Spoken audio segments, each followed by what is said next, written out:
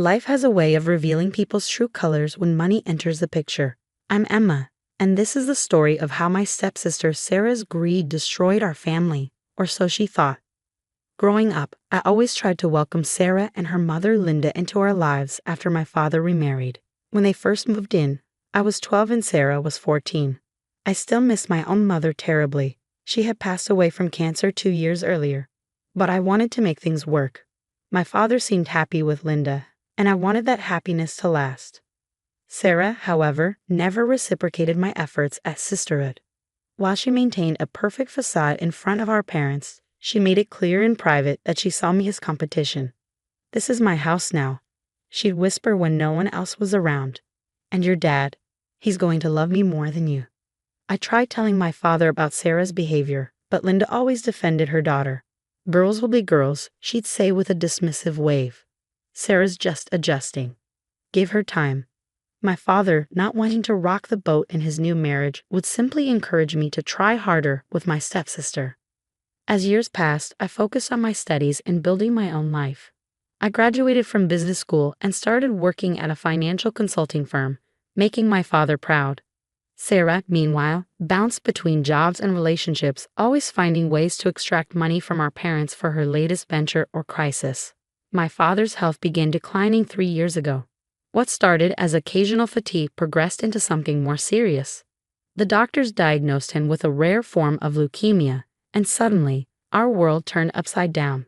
I immediately shifted to working remotely so I could help care for him. During those long days at the hospital, I noticed Sarah's sudden increased interest in our father's affairs. She started spending more time in his hospital room, always shooing me away with claims of private conversations. Linda supported this, saying Sarah was finally bonding with her stepfather. What I didn't know then was that Sarah was carefully orchestrating my downfall. One evening, after a particularly long day at the hospital, I returned home to find my laptop missing from my room. I searched everywhere, but it had vanished. When I mentioned this to Sarah, she just shrugged, saying she hadn't seen it. 2 days later, my father called me into his hospital room. His face was ashen, and Linda stood by his bed, arms crossed and glaring at me. Sarah sat beside him, holding his hand, tears streaming down her face. "Emma," my father said, his voice weak but filled with disappointment, "Sarah showed me the evidence." "How could you?" "Evidence? What evidence?" I asked, genuinely confused. Sarah pulled out my missing laptop, opened it, and turned it toward me. On the screen were bank statements showing large transfers from my father's accounts to an offshore account in my name. My heart stopped. These were clearly fabricated, but they looked convincingly real. "I found this when I borrowed her laptop to check my email," Sarah said, her voice trembling with fake emotion. "I couldn't believe my sister would do this to you, Dad. I had to tell you." "That's not possible," I protested, my voice rising with panic. "Those statements are fake. Sarah stole my laptop. She must have fabricated this." Linda stepped forward, her face twisted with anger. "How dare you accuse my daughter when she's exposed your theft? We raised you better than this." "Dad, please," I begged, turning to my father. "You know me. I would never steal from you." "Sarah is lying." But my father's face had hardened. Years of Sarah's subtle manipulation had done their work, and now, in his weakened state, he was all too ready to believe the worst of me. "I already called my lawyer," he said quietly. "I'm changing my will. I can't trust you with my estate, Emma. Not after this."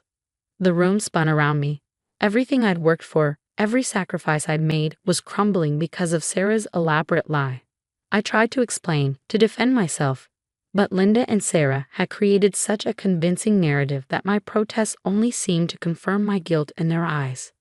"Get out," Linda snapped, pointing to the door. "You're no longer welcome here, you ungrateful thief." I looked at my father one last time, hoping to see some doubt, some willingness to hear my side. But he turned his face away, and in that moment, I knew I'd lost everything. As I walked out of the hospital room, Sarah followed me into the hallway. Once we were alone, our tears vanished, replaced by a triumphant smirk.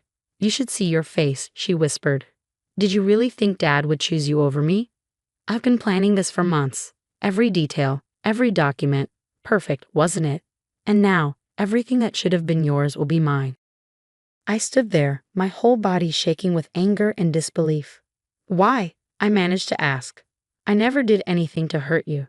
Sarah's eyes hardened. Because you existed. Because for years I had to watch you play the perfect daughter while I was always second best. Well, not anymore. I win, little sister. I win. I left the hospital that day with nothing but my purse and my car keys. Linda had already texted me, warning that if I returned to the house, she'd call the police. I checked into a hotel, my mind racing as I tried to process how quickly my life had fallen apart. That night, my father's lawyer called. In a cold, professional voice, he informed me that my father had signed a new will, leaving his entire estate, including the family home, his business shares, and all his investments, totaling roughly $4.8 million, to Sarah. I was completely disinherited. I spent hours staring at the hotel ceiling, replaying every moment, every interaction with Sarah over the years. All her little comments, her subtle manipulations had been leading to this. She'd played the long game, and I'd never seen it coming. But as I lay there, something my father had once told me came floating back. In business and in life, Emma, he'd said, always keep proof of your integrity. Sometimes the truth takes time to surface, but it always does. A small smile crossed my face as I remembered something else. Something Sarah didn't know about. My father's old safety deposit box at the bank. He'd given me access to it years ago, and inside was evidence that would turn Sarah's perfect plan on its head. But I had to be patient. Let Sarah think she'd won. Let her believe her victory was complete, because sometimes the sweetest revenge is the one you don't see coming until it's too late. Tomorrow, I would start gathering my resources and planning my next move. Sarah thought she'd taken everything from me, but she'd forgotten one crucial detail. I was my father's daughter, and he taught me well. This wasn't over, not by a long shot. 3 months passed after my father's death. I spent that time living in a small apartment, carefully avoiding any contact with Sarah or Linda, while they basked in their apparent victory. Through mutual friends, I heard about their extravagant spending. Sarah had already started renovating the family home, replacing everything that held any memory of me or my mother. But today was the day everything would change. I sat in the bank manager's office, watching through the glass partition as Sarah and Linda strutted in, dressed in expensive new clothes bought with my father's money. They were here to access his safety deposit box, the one they'd only recently discovered existed after finding the key in his study. What they didn't know was that I'd already been here an hour earlier, speaking with Mr. Thompson, the bank manager who'd known my father for 20 years.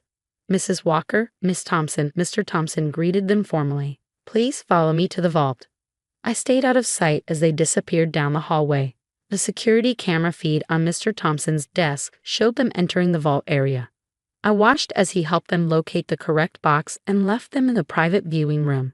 Standard procedure for safety deposit box access. Sarah's hands were practically shaking with excitement as she inserted the key. I could almost hear her thoughts. More hidden assets. Extra money. But when she opened the box, her triumphant smile froze. Inside was a single USB drive and a letter in my father's handwriting. The envelope read, "To be opened only in the presence of Emma Collins." Linda snatched the letter, her face reddening. What is this? Where's the rest? Sarah was already reaching to tear open the envelope when Mr. Thompson's voice cut through their confusion. I must ask you to stop immediately. That letter clearly states it requires Miss Collins's presence. This is ridiculous, Sarah snapped. I'm the sole heir. Everything of our fathers belongs to me now. That was my cue. I stepped into the viewing room, enjoying the way both their faces paled at the sight of me. Hello, Sarah. Linda. Surprised to see me? Linda recovered first, her shock turning to fury. How dare you come here? This is a private meeting. Actually, Mr. Thompson interjected, Miss Collins has every right to be here. She's still a registered holder of this safety deposit box. I walked over and picked up the envelope. Shall we see what Dad wanted to share with all of us? Sarah tried to grab the letter from my hands, but Mr. Thompson stepped between us. Miss Thompson, please remember you're on camera. Any aggressive action will be reported to the authorities. With trembling hands, I opened the envelope and began to read aloud. My dearest Emma, if you're reading this, then my worst fears have come true. I know about Sarah's plan to frame you for theft. I discovered her scheme weeks ago when I overheard her talking on the phone about forged bank statements. At first, I couldn't believe it. I wanted to confront her immediately, But then I realized this was my chance to know the truth about both my daughters. I decided to play along to see how far Sarah would go. The USB drive in this box contains security camera footage from my home office showing Sarah breaking in late at night, accessing my computer, and creating the fraudulent documents. It also has recordings of her phone conversations with the hacker she hired to create the fake bank statements. Emma, my brave girl, I'm so sorry for doubting you, even briefly. By the time you read this, I'll have already signed a new will, the real one, hidden with my lawyer, Mr. Davidson. The will Sarah thinks she benefits from is a fake, part of my own plan to expose her true nature. My entire estate, all $4.8 million, belongs to you, as it always should have. The will Sarah has is worthless. Love, Dad. The color drained from Sarah's face as I read. Linda gripped the table for support, her knuckles white. I looked up from the letter, meeting Sarah's terrified eyes. You really should have been more careful about where you made your phone calls, Sarah. Did you really think Dad's office wasn't monitored? You're lying, Linda sputtered. This is a trick. I pulled out my phone and played a video of security footage showing Sarah in our father's office late at night, hunched over his computer. Her voice came through clearly. Yes, I need the bank statements to look perfect. Emma has to lose everything. Sarah lunged for my phone, but Mr. Thompson was faster, stepping between us again. I've already sent copies of everything to the police, I said calmly.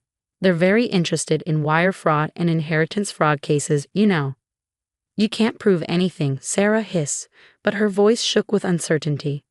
Actually, Mr. Thompson added, the bank has already received notification from Mr. Davidson's office about the validity of the real will. We've frozen all accounts pending investigation. Linda grabbed Sarah's arm. We need to leave. Now. Oh, you'll be leaving all right, I said, but not for long. The police want to speak with both of you. They're waiting in the bank lobby. As if on cue, 2 police officers appeared at the viewing room door. The next few minutes were a blur of activity, Sarah and Linda being read their rights, their protests echoing through the bank's marble halls. I stayed behind in the viewing room, holding my father's letter. A tear rolled down my cheek as I read his words again. He had known. He had protected me, even at the end. Mr. Thompson touched my shoulder gently. Your father was a wise man, Miss Collins. He knew exactly how to expose the truth. I nodded, wiping my eyes. Yes, he did. And now it's time to set everything right. The weeks following Sarah and Linda's arrest were a whirlwind of legal proceedings and revelations. As the investigation deepened, more of Sarah's deceptions came to light. She hadn't just forged bank statements, she'd been systematically stealing from our father's accounts for months, using the money to set up her own secret nest egg. I sat in the courtroom, watching as Sarah's carefully crafted world crumbled around her. The evidence was overwhelming. The security footage, recorded phone calls, bank records showing her theft, and even testimony from the hacker she'd hired, who'd struck a plea deal to testify against her. Linda didn't fare much better. The investigation revealed she'd been fully aware of Sarah's plan, even helping to coordinate some of the theft. Her perfectly maintained facade of the caring stepmother shattered as prosecutors exposed her role in the scheme. During the trial, Sarah finally broke down on the stand. It wasn't fair, she screamed, mascara running down her face. She always had everything. Dad's love, his trust, his pride. Everything I wanted. I deserved that money. The judge was unmoved. Miss Thompson, your actions show a calculated effort to destroy your stepsister's life for personal gain. This court sentences you to 8 years in prison for fraud, theft, and conspiracy. Linda received 5 years for her role as an accomplice. As they were led away in handcuffs, Sarah turned to me one last time. I hate you, she spat. I've always hated you. I simply watched them go, feeling not triumph but a deep sadness for the family we could have been. With the criminal case concluded, I moved back into my childhood home. The first few days were difficult. Memories of my father were everywhere, along with signs of Sarah and Linda's brief occupation. They'd started redecorating, trying to erase every trace of the past, but hadn't gotten far before their arrest. One evening, as I sorted through papers in my father's study, I found an old photo album. Inside were pictures from my childhood, my mother, my father, and me in happier times. There was also a sealed envelope tucked between the pages, addressed to me in my father's handwriting. With trembling hands, I opened it. My dearest Emma, if you're reading this, then everything has played out as I feared it might. I want you to know that my apparent betrayal in the hospital was the hardest thing I've ever done. Pretending to believe Sarah's lies, watching you walk away thinking I'd abandoned you, it tore me apart. But I knew I had to let her think she had won. It was the only way to expose the full extent of her deception. The hardest part was knowing I wouldn't live to see justice done. I need you to know that you were always my greatest joy. You have your mother's strength and kindness, and I couldn't be prouder of the woman you've become. The way you handled this crisis, with dignity and patience, waiting for the truth to emerge rather than seeking immediate revenge, proves you're exactly the person I raised you to be. The money, the house, the business, yes, they're all yours now. But they're not what matters most. What matters is that you stood strong in the face of betrayal, held onto your integrity, and let the truth speak for itself. I know the road ahead won't be easy. Betrayal leaves deep scars, and healing takes time. But remember this, true family isn't always about blood.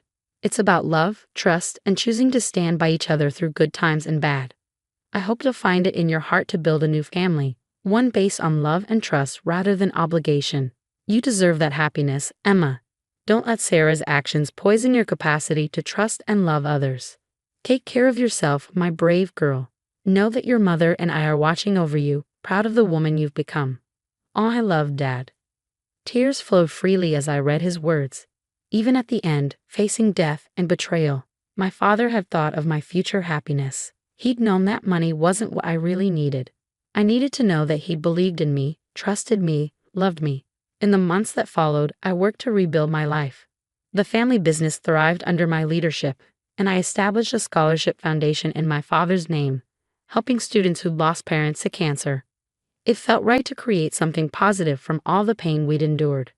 I also sought therapy to process the trauma of Sarah's betrayal. Slowly, I learned to trust again, to open my heart to new friendships and relationships.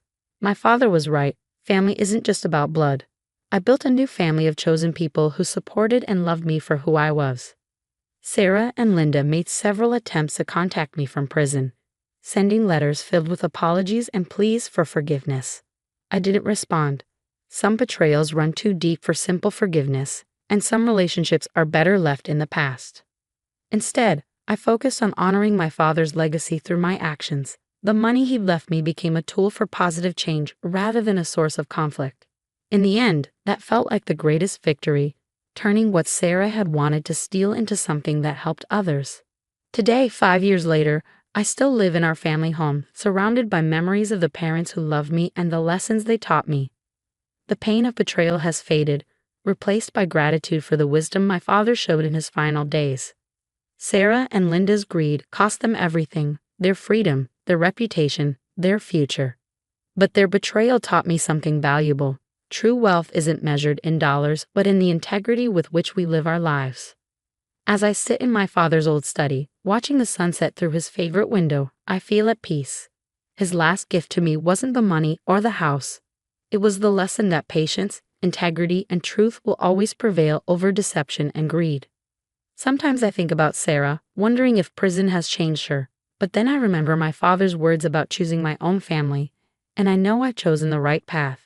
My life is full of love, purpose, and genuine relationships, things that Sarah, with all her schemes and manipulation, never understood were worth more than any inheritance.